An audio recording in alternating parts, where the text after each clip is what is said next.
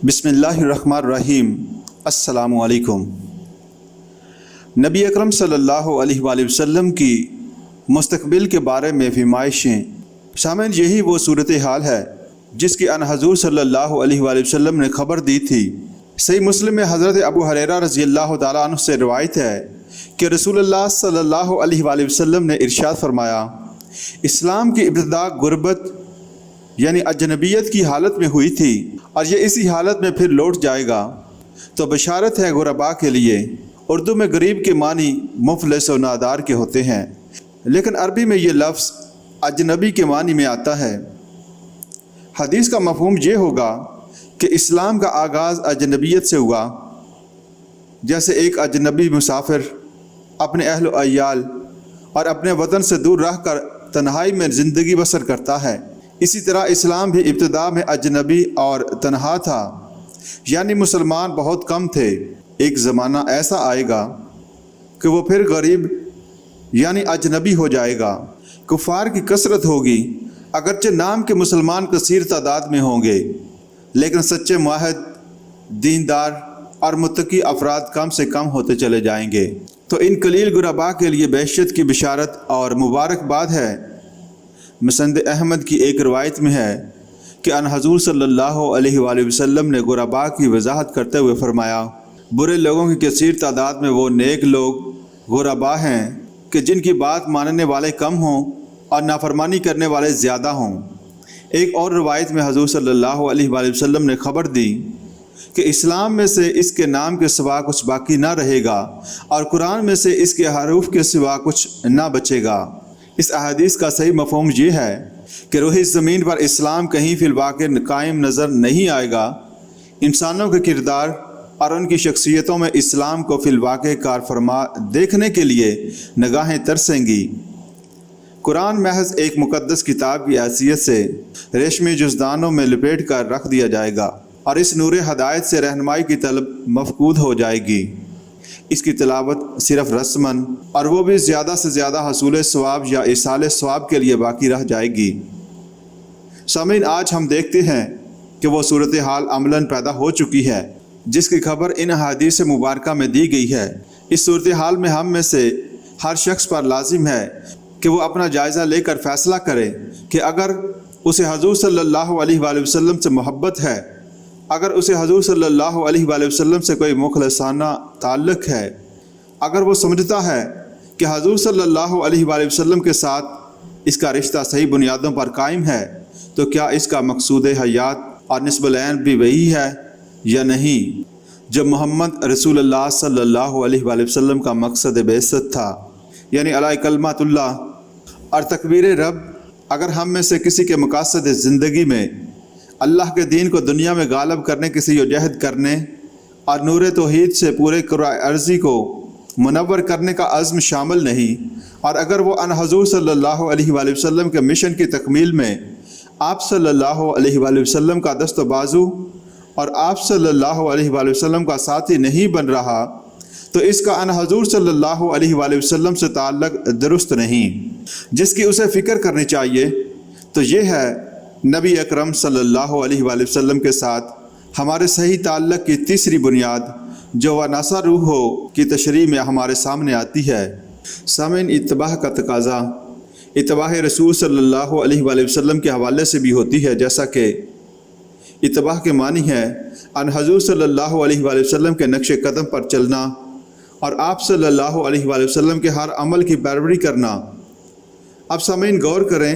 کہ نبی اکرم صلی اللہ علیہ وآلہ وسلم کی حیات طیبہ میں جو عمل تواتر کے ساتھ ہوا ہے، پیہم و مسلسل ہوا ہے، جو پورے 23 برس تک شب و روز ہوا ہے،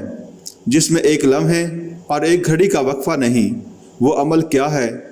نماز کے بارے میں پوچھا جا سکتا ہے کہ کب فرض ہوئی، رکعتوں کا تعین کب ہوا،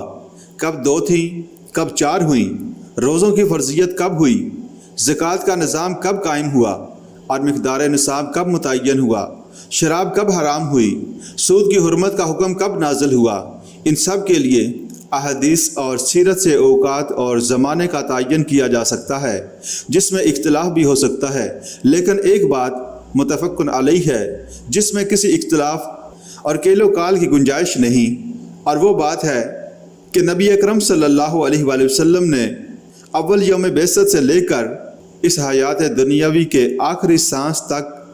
جو عمل پہم مسلسل اور متواتر شب و روز کیا ہے، جلوت و خلوت میں کیا ہے،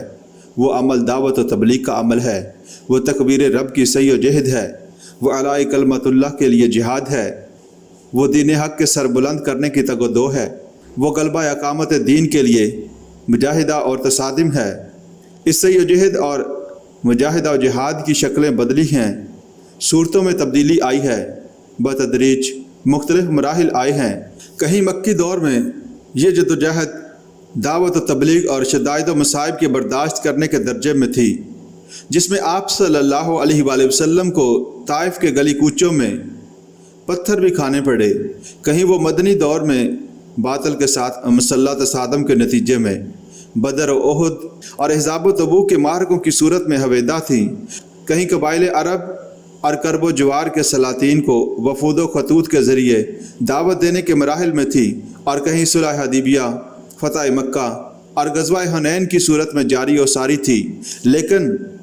آپ صلی اللہ علیہ وآلہ وسلم کا جو عمل 23 سال کے عرصہ پر پھیلا ہوا ہے، ہر لمحہ، ہر گھڑی اور ہر آن انجام دیا جا رہا ہے، وہ ہے عمل دعوت و تبلیغ۔ اب جو شخص بھی متبع رسول صلی اللہ علیہ وآلہ وسلم ہونے کا مدعی ہو، یہ سمجھتا ہو کہ سنت رسول صلی اللہ علیہ وآلہ وسلم کا التزام ضروری ہے، اس کے بارے میں سب سے پہلے یہ دیکھنا ہوگا کہ اس کی زندگی میں حضور صلی اللہ علیہ وآلہ وسلم کی سب سے بڑی، سب سے زیادہ متواتر، متفق علیہ اور ثابت شدہ سنت کس حال میں ہے، اس کے اندر دعوت و تبلیغ کی کتنی تڑپ اور کتنی لگن ہے، اور وہ اس کام میں کتنا وقت خرچ کر رہا ہے اور کتنا مال لگا رہا ہے۔ رسول اللہ صلی اللہ علیہ وآلہ وسلم کی نصرت اللہ کی نصرت ہے۔ نصرت رسول کے حوالے سے قرآن مجید کا ایک اہم مقام سورۃ صف کی آخری آیت میں ہے، جس میں حضرت عیسیٰ علیہ السلام کا ایک قول نقل ہوا کہ ان حضرت صلی اللہ علیہ وآلہ وسلم نے اپنے حواریوں سے دریافت فرمایا، من انصاری الی اللہ، یعنی اللہ کی راہ میں میرا مددگار کون ہے؟ تکبیر رب، دعوت توحید، تبلیغ دین اور نور ہدایت سے دنیا کو منور کرنے کا جو کام میرے سپرد ہوا ہے، اس کی جدوجہد میں آپ کون ہے جو میرا مددگار بنے؟ کون ہے جو اس راہ میں میرا دست و بازو بنے؟ ان حضرت صلی اللہ علیہ وآلہ وسلم کے حواریوں کے جواب کو قرآن مجید یوں نقل فرماتا ہے، قال الحواریون نحن انصار اللہ، یعنی حواریوں نے کہا ہم ہیں اللہ کے مددگار۔ حضرت مسیح علیہ السلام کے سوال اور حواریوں کے جواب کے الفاظ توجہ طلب ہیں۔ حضرت مسیح علیہ السلام نے دریافت کیا تھا، من انصاری الی اللہ، جواب دیا گیا نحن انصار اللہ۔ جواب میں نصرت کی نسبت بدل گئی۔ اس نسبت کی تبدیلی میں حکمت یہ ہے کہ رسول اللہ صلی اللہ علیہ وآلہ وسلم کی نصرت اللہ ہی کی نصرت ہے، اور فریضہ رسالت کی ادائیگی میں جو شخص رسول اللہ صلی اللہ علیہ وآلہ وسلم کا حامی و مددگار اور دست و بازو بنتا ہے، اس راہ میں جانفشانی اور سرفروشی کا مظاہرہ کرتا ہے اور اپنا جان و مال کھپاتا ہے، وہ اللہ کے رسول صلی اللہ علیہ وآلہ وسلم کی نصرت بھی کر رہا ہے اور اللہ کی نصرت میں بھی لگا ہوا ہے۔ لہذا غلبہ اقامت دین کی جدوجہد کو اللہ تعالیٰ اپنی اور اپنے رسول صلی اللہ علیہ وآلہ وسلم دونوں کی نصرت سے تعبیر فرماتا ہے۔